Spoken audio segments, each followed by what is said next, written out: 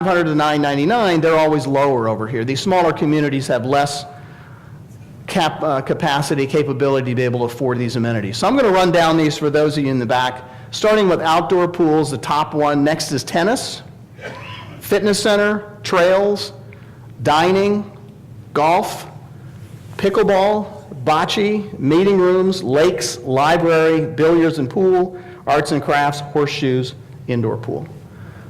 So you can see when you go down here, these are the most popular amenities in these 75 communities that we looked at.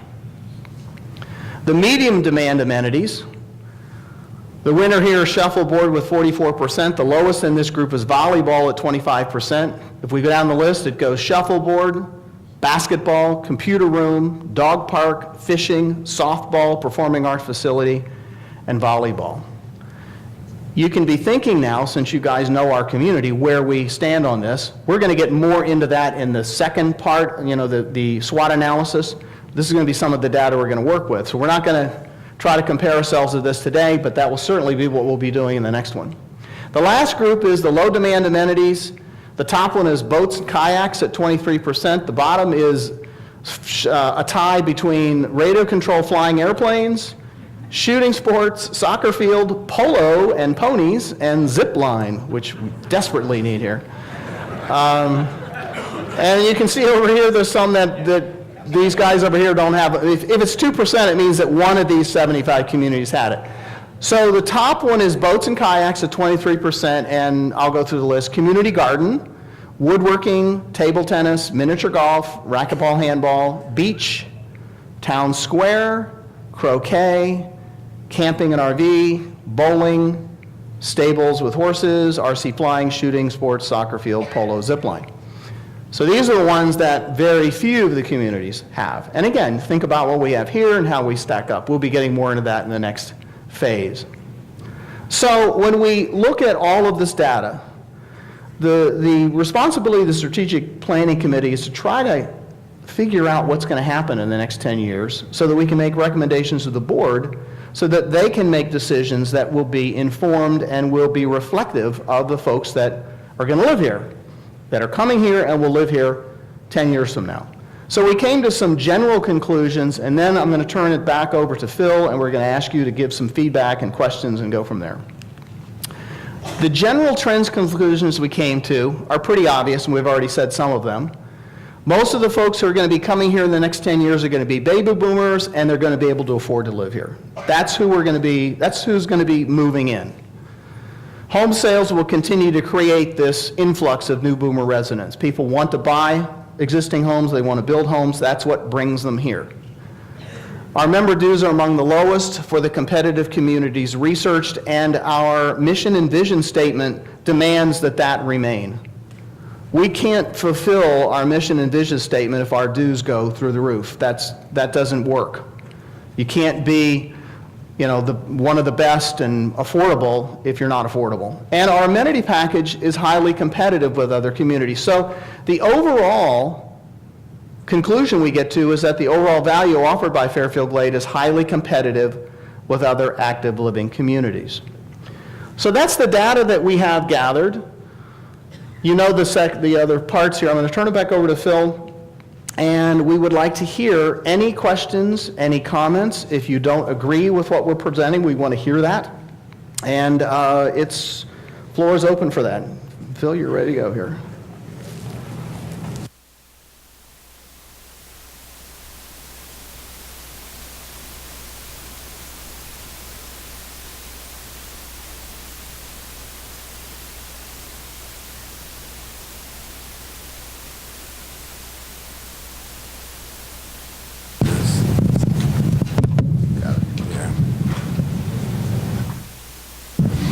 Thank you. That was great. Thank you very much, Bill.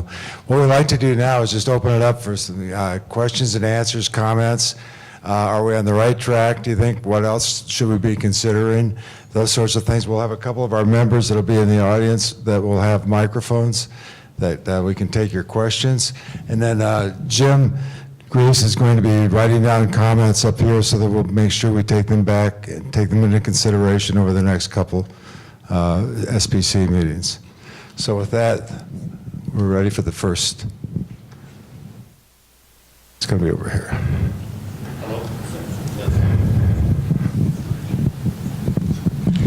I'd like to know where your research is on why 460 families have left the Glade in 2018 and prior years. What have you done about researching that? That is a great question, and one of the things that and it's a question that we asked. One of the difficulties we have is we ask people why they come here. We don't ask them why they're leaving. And so one of the things that we're talking with management and the board about is an exit survey. When people sell their home, there's paperwork that has to be filled out to make that happen. Right now, if I leave, nobody knows why, unless it's just I happen to tell my neighbors or whatever. We know that factors like moving back home to be with the kids, maybe health issues, whatever, there's a lot of, we don't know any details on that. So one of the things that we're going to be proposing is some kind of a very brief survey when people leave that says, hey, you know, we loved having you here. Sorry to see you go. Could you just share with us what's driving the decision to leave? We do not know specifically the answer to that, though.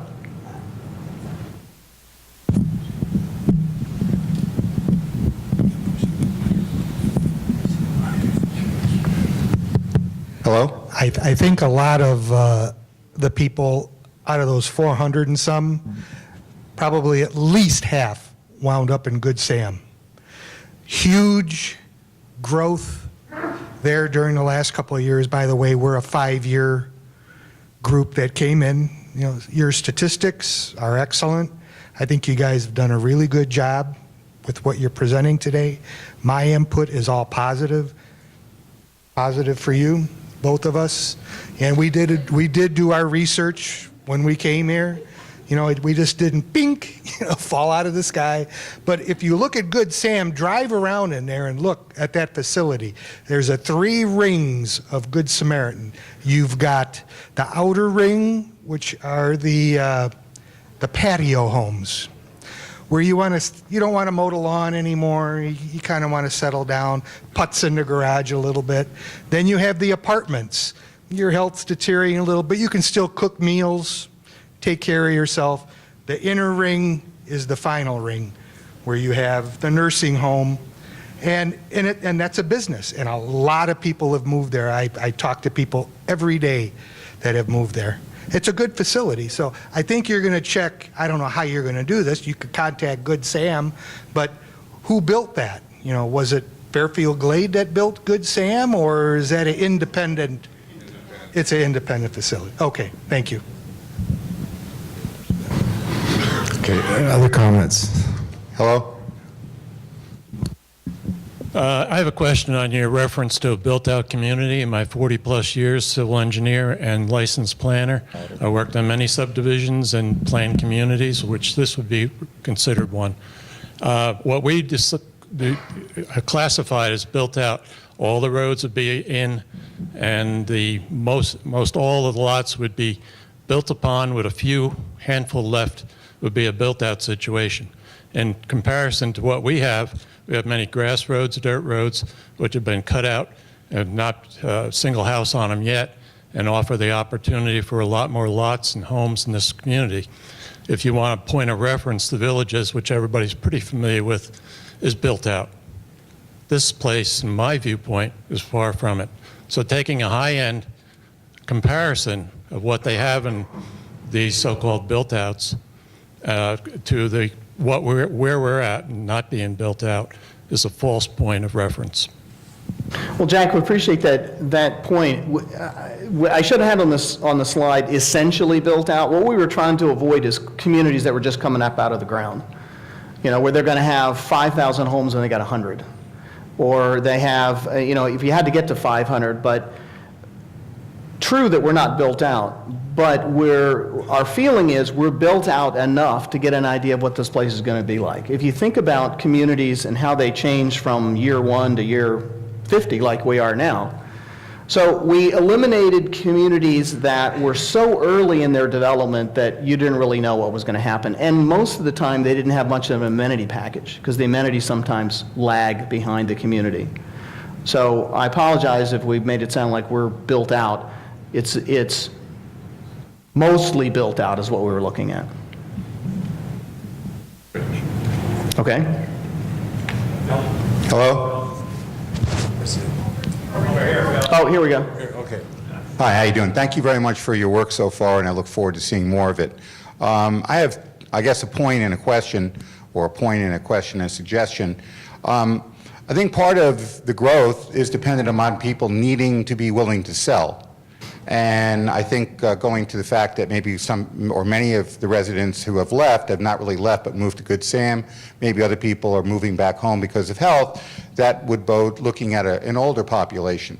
Since the population is getting younger, the question becomes to me, you're estimating the continuing growth of home sales. I would say that you might want to look at, or my suggestion would be, is how do we make sure that there are enough builders to be able to build on the open lots, because there may not be enough homes to sell because people want to stay here, they're young enough, they're in great health, and the community obviously is a great community. So I guess my question, suggestion, look, is to, again, I think follow up on why are people leaving, but more importantly, you know, looking at what are the impacts of what do we anticipate of people being willing to sell their homes in the next 10 years. I mean, I think that might be an interesting survey question. I think that's great comments. And you know, one of the things that's problematic is trying to understand the demographics, and not only just our communities exist today, but project what it's going to look like 5 years from now. And there's a lot of things that are going to affect that. And what we're doing is that we're looking at ways that we can collect better information that could be more useful in the planning process than what we have access to right now. And I think that will answer some of the questions that you've raised. You also raised another question that's everybody that's here knows the answer to this, and it was workforce development. That has always been a matter that has held us back in so many different areas, not just housing, but on recreation, food, service, all of those things. It always comes down to a matter of getting access to a qualified workforce. And that, I think, is a much broader issue, bigger issue than what we can deal with, but we certainly are aware of it and trying to take that into consideration as we try to develop any recommendations for the club going into the future. Thank you. Yes, sir. Just, yeah, one of the things I was struck by in the charts was the one point of information that said 80% of the people who moved here because it's affordable for them, if I read that right. So my question is, as we go forward in the strategic planning, how much emphasis, understanding that costs rise each year, improvements have to be made, dues increase, it's a fact of life, but as we continue with the strategic planning, how much emphasis will be given to ensuring that Fairfield Glade remains an affordable place to live? Well, I think, knowing in our deliberations so far that that's been a very important factor in this whole process. We don't want to lose that affordability edge. We also recognize, though, that there has to be a continuous investment in the community. If you look around the country, and all of you that have explored various parts of the country as you tried to make your decision where you wanted to retire, you know what a dying community looks like. You've gone to some of these places that are on the verge of bankruptcy or are bankrupt. We don't even want to go anywhere near that line in anything that we do. So it's always trying to strike that balance, being sensitive to the costs, but recognizing that we have to make those investments going forward in the future. That's always, I guarantee you that'll always be a part of what we're considering. I appreciate your comments. Yes. The mission statement is to remain affordable. Right. Yeah. Jim pointed out, one of the core mission statements is to remain an affordable community. And that's kind of like, the foundation of everything that we're doing. Yes, I'm a little surprised this hadn't come up yet. Maybe I'm the only one, and I love it here in Fairfield Glade. I've been here 11 years. But my biggest concern is, when is it going to get back to the Fairfield Glade that's came before the road construction and all the nightmares involved in that. Can there be a little discussion on when this might get back to the way it was before all of this stuff? November of next year, that's it. Well, if we're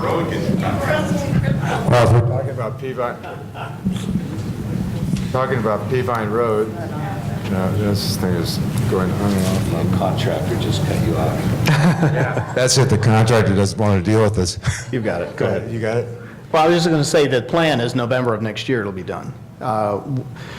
We've heard, so November of 2020, okay? Yeah, we've heard that they're on schedule. All of us drive down there, I'm sure, and say, where are the guys, where are the workers? But they are there, and they're working pretty hard, and there's a lot going on, and we haven't heard anything to the contrary of them being on time for November 2020. So unless someone has something else to bring to the table, that's the plan, and they're on schedule. I mean, as far as, we've discussed it, we look at that as you do, as, like a temporary situation, but in the long term, it's going to be a tremendous asset to our community. And hopefully it will be spurring additional development, more commercial opportunities, things like that that will all add to the value of our community. But until that's done, it's really kind of hard to visualize that. But you got to keep in mind, as you're coming up that road and you're coming into Fairfield Glade, that's the window to our community. That's the first impression that people have when they come visit our place. And we want that to be a very good impression. And that road certainly is going to be an addition to it. Hopefully they come up that road really fast and get here. So, yes. Yeah, right here. Go back, okay. Yeah, one of the key factors that we're not talking about is the developer. What's his plan? Because that's what's going to be more important about strategic planning than many of the other things that we're talking about. Okay, like we're aware, of the developer, some of the plans that they've come up, but we're really not getting involved in that. We want to coordinate that with them. We realize that private investment in this community is vital, that there's a partnership between the community club, the private investors, the membership, all in trying to grow this community and make it a better place to live. But specifically, we're not going to be dealing with any of that stuff. That's on another track, dealing with the board and the developer. Bill? Okay. First, I'd like to thank you all for all the work you've done. I know it's not easy, and it's appreciated. There are two issues that I didn't hear in there that concern me.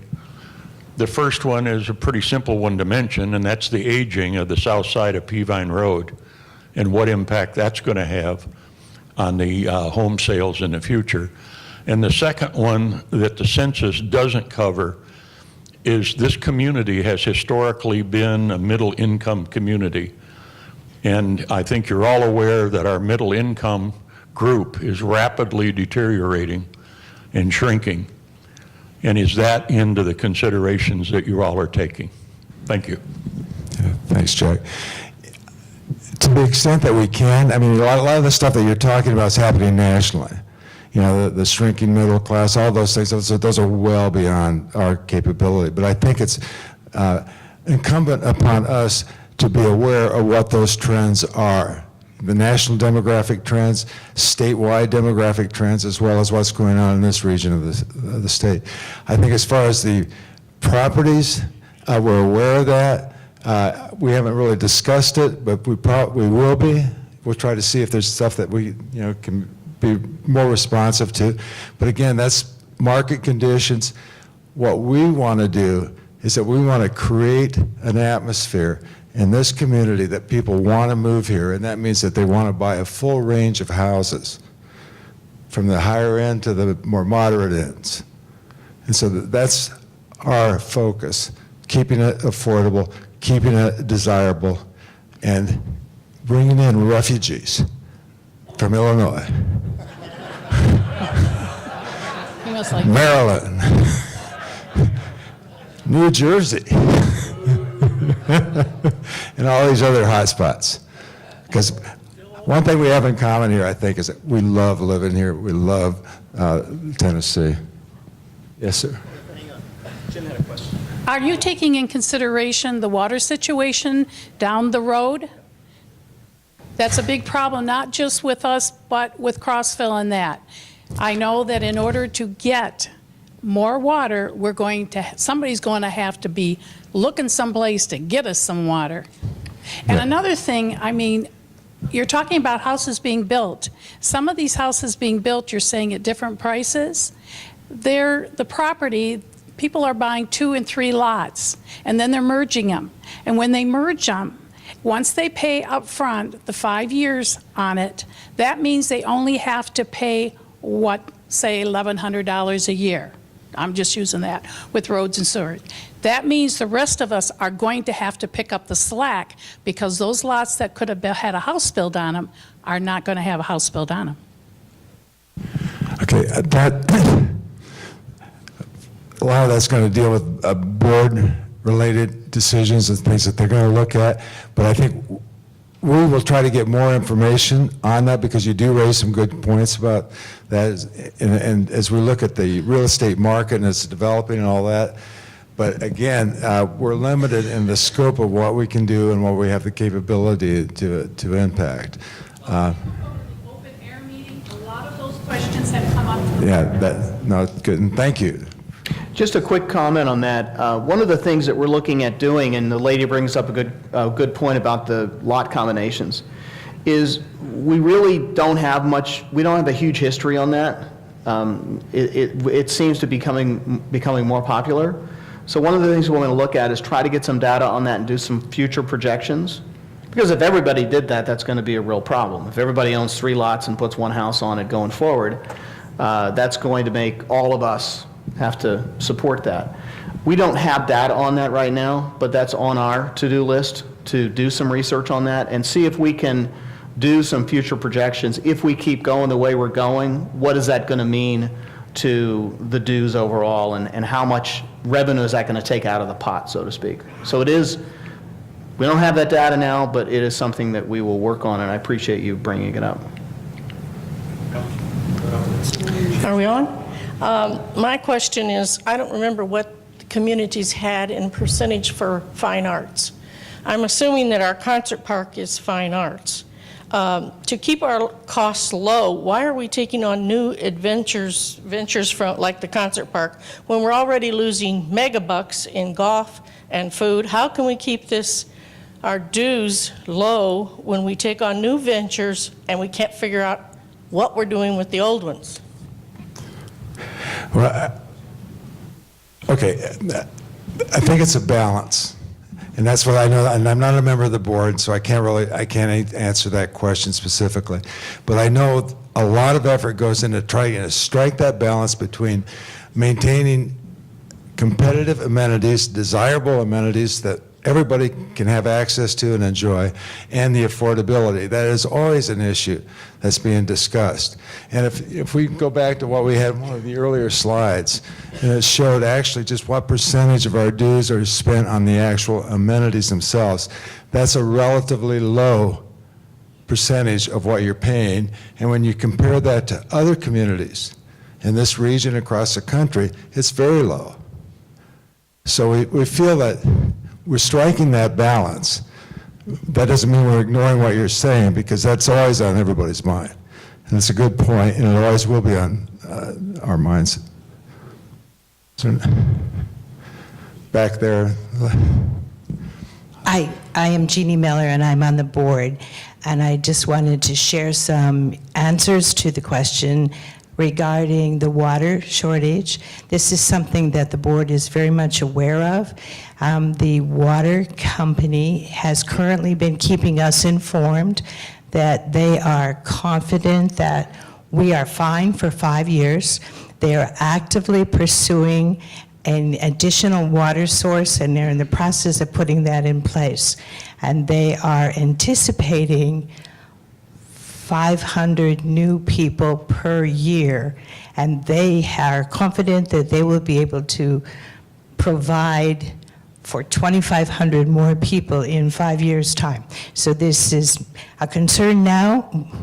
Many of our members actually attend their meetings to keep up with what's going on, and that is our process that is in place with anticipation of having new members.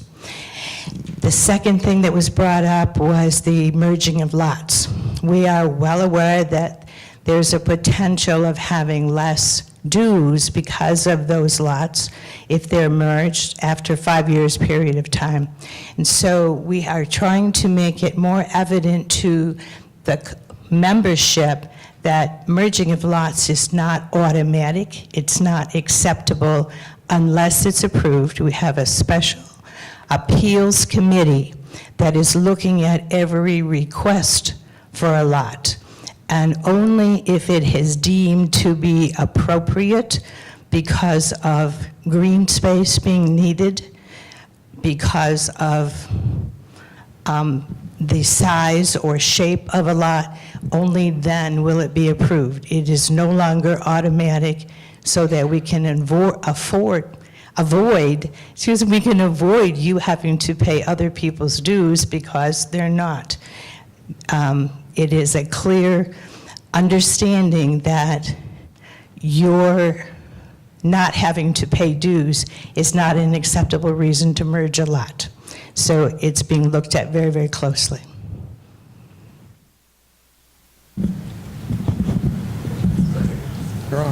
Okay, question. The lots right now cost you $48.50 a month. And you're talking about people owning 3 lots. And then how can anyone afford to buy 3 lots and pay $150 a month? And what would be the incentive for them to do that? For example, if you talk to the realtors, the lot sales are being hindered because of these dues. Now, I can understand people paying dues on a home, but to buy a lot and pay close to $600 a month seems to me very excessive.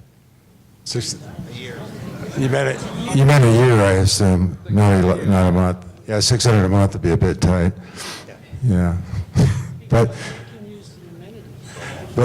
part of the, you know, like, and I mean, you can go into the history of the Glade and go in years back, but part of the reason people bought those lots is because they wanted access to the amenities that were here. They wanted to be able to come here, and they wanted to golf, they wanted to do a number of things. That hasn't really changed a lot in the sense that people still take advantage of that membership because of that. But I know that the board is trying to deal with that, trying to get a balance, that there's a lot of take back on lots, that kind of stuff. But we're not getting, as a planning committee, we're not getting into that because we can't really come up with a proper solution for that. And, you know, we're aware of it. As we do our deliberations, we'll talk about it, but I'm not sure what we can actually do about it. Yes? Back So, there. first of all, thank you very much for all the hard work that you've put into this. 2 points. Number one, on your slide, as far as who's moving here and their income levels, I understand your point about not looking back, wanting to look forward. But I think with that particular slide, it may be advantageous for the group to look at the rest of the people and how that income breaks out, because you'll get an idea then, is it roughly the same, especially in that bucket, as you pointed out, the 16%, or is it dramatically different? And keeping in mind that those people in the past have influenced where the dues have been going and the amenities and so forth. So that's one point. The second point is, I would ask, with the sample that you, or the information that you were able to gather from the other communities, I'd be curious to know how many of those communities are influenced as greatly as we are by the outside, I'll call it, you know, the timeshares and so forth. And again, that should be some type of comparison, I would think, because it affects amenities and dues and everything else. Thank you. So, two good questions. First of all, let me address the first one. Part of our responsibility, the major part of our responsibility as the Strategic Planning Committee is to look forward.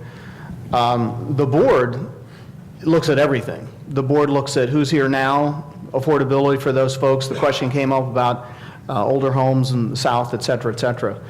But